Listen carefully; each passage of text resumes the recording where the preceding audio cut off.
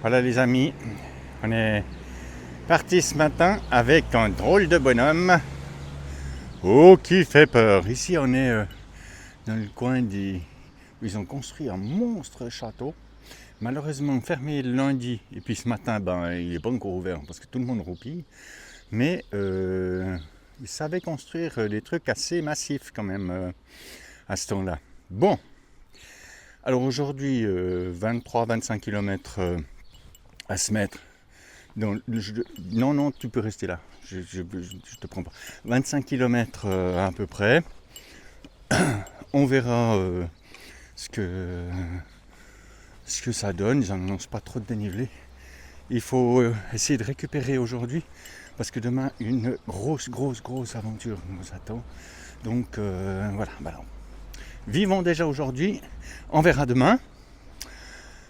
Allez, vamos à la playa. Plus loin. Ce bonhomme-là fait partie intégrante du chemin. Je crois que c'est lui, mais en tout cas ça lui ressemble.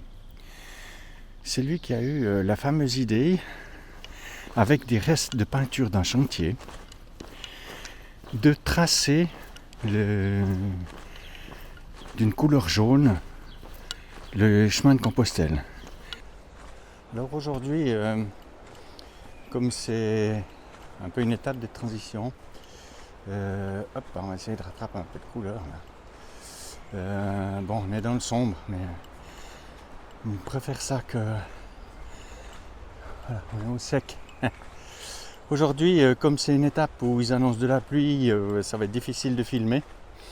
Donc j'ai fait un petit reportage comme promis sur mes chaussures il y a quelques jours. Et je vais vous le passer aujourd'hui, histoire de vous occuper. Et puis vous verrez arriver derrière moi, je ne sais pas s'ils sont dans le cadre, mais il y a 3-4 de Jurassiens qui arrivent, qui font un parcours en autocar, eux. Et ils viennent de Lémont, Saint-Légier, Ajoie, enfin du Jura quoi. Allez, on se retrouve à Toutal pour classer l'affaire d'aujourd'hui. La voilà enfin arrivée. Vous l'attendiez avec plein d'impatience et voilà, je vais enfin vous la livrer. Il y a une chose principale dans tout trek, c'est les chaussures et les chaussettes. Alors personnellement, depuis plusieurs années, j'utilise des chaussettes avec des doigts, chaussettes Injiji, et ça marche hyper bien. Alors vraiment ça marche bien. Tous vos doigts sont indépendants. Il n'y a aucun souci par rapport à la marche. C'est confortable. Et puis ça tient. C'est vite vu. L'année passée, sur la voie du Puy, j'ai une paire qui a explosé le dernier jour, mais je l'avais mis vraiment très fort à contribution, puisque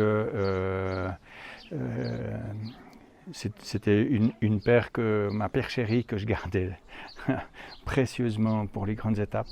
Et en sandales, à force d'avoir des cailloux dedans, ces chaussettes avaient explosé. Mais elles avaient 700 kg au compteur, donc on ne peut rien leur en vouloir. Par rapport à ce qui pourrait être la grande souffrance, si tout d'un coup ça commence à partir en vrille, si tout d'un coup les pieds commencent à être blessés, c'est vraiment pas très drôle. L'année passée, j'étais aussi parti avec cette paire de chaussures de marque Altra. Elles ont une spécificité, c'est qu'elles sont hyper larges devant.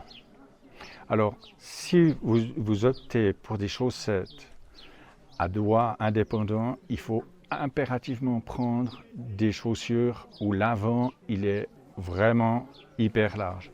Là, si je me trompe pas, j'ai du 42,5 alors que je sauce 40. Alors il faut s'habituer à marcher un petit peu avec des palmes. Mais je vous promets que c'est hyper efficace. Dans les marques, parce que je n'ai pas de marque préférée, ce que je vois sur le chemin, c'est beaucoup de chaussures Hoka. Je suis très surpris de voir que ça marche. De temps en temps, on voit une paire de chaussures en cuir, mais le lendemain, on voit les gens boiter puis aller s'acheter de nouvelles paires de chaussures. Donc le cuir, il faut oublier. Le Gore-Tex, il faut oublier. Il faut que les pieds puissent respirer et vraiment avoir de la place. En autre chaussure, j'ai pris de la marque Keen. J'ai pris ces chaussures-là, on se voit à travers. Voilà. Alors ça me sert de sandales dans les albergues, mais aussi pour marcher. Si tu dois marcher sur le goudron, eh ben, ça va hyper bien. J'essaye d'utiliser cette chaussure la moitié de la journée.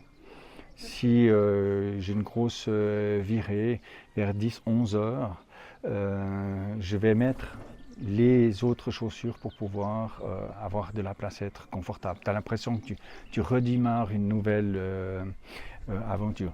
C'est important d'avoir un peu ce changement. Bien sûr qu'on pourrait se dire, ah ben, je prends une paire de chaussures pour la marche, une paire dans les gîtes. Si je devais changer les choses, je prendrais de toute façon ces deux paires. Simplement, je prendrais des chaussures 100 grammes de plus. Je me chargerais de 100 grammes de plus avec des tongs toutes bêtes pour dans les albergues. Mais autrement, quand vous allez les pieds pétés parce que exploser parce que vous avez des cloques, des brûlures et tout ça, je revois des pieds comme au marathon des sables, hein, des gars qui ont 20 ampoules à chaque pied, puis ils marchent en tongs maintenant. Donc ça compromet alors clairement le projet. Hello. Il y a des gars, on se croise, en plus c'est un Tessinois, donc un Suisse du Tessin. Donc voilà ce que j'avais à vous dire pour mes chaussures. J'ai aucun souci aux pieds, aucun. Je passe les pieds avec de la pommade pour guérir les pieds et c'est tout. J'ai de la chance.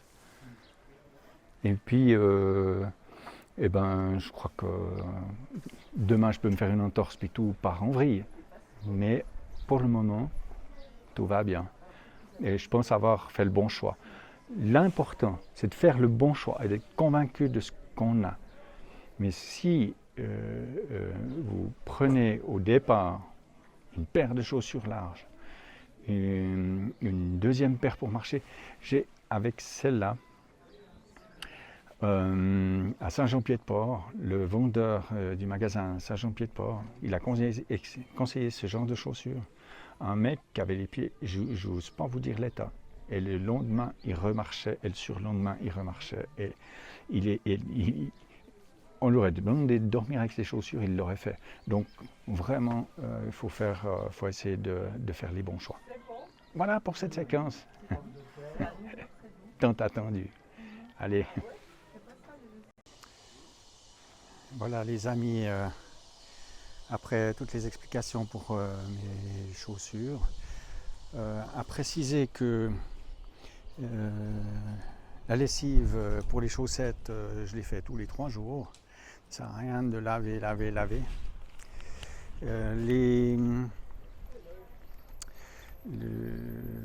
Les chaussures, ben voilà, on essaye de les tenir au sec. Donc là, je suis dans un albergue très très rustique. J'espère que je vais pas de nouveau me faire manger par des bêtes, mais très très rustique. Mais alors, ils sont aux petits soins. Je me suis retrouvé avec mes chaussures avec du papier dedans pour les faire sécher. Et voilà, on est dans un village qui s'appelle Villa Francia. Donc, il est surnommé la Petite Suisse. Donc, on va voir si on retrouve notre petit pays. Eh bien, pour moi, la journée, elle est terminée. Il est 13h30. Il y a encore plein de pèlerins qui arrivent tranquillos. Euh, voilà, ben, allez manger un petit truc et puis faire ce petit montage pour que vous ayez quelques images. Allez, ah ouais, maintenant il y a du soleil, mais je peux vous dire que le long de la journée, j'ai fait que de mettre et d'enlever la bâche toute la journée. Tout est trempe, donc voilà. Allez, ciao.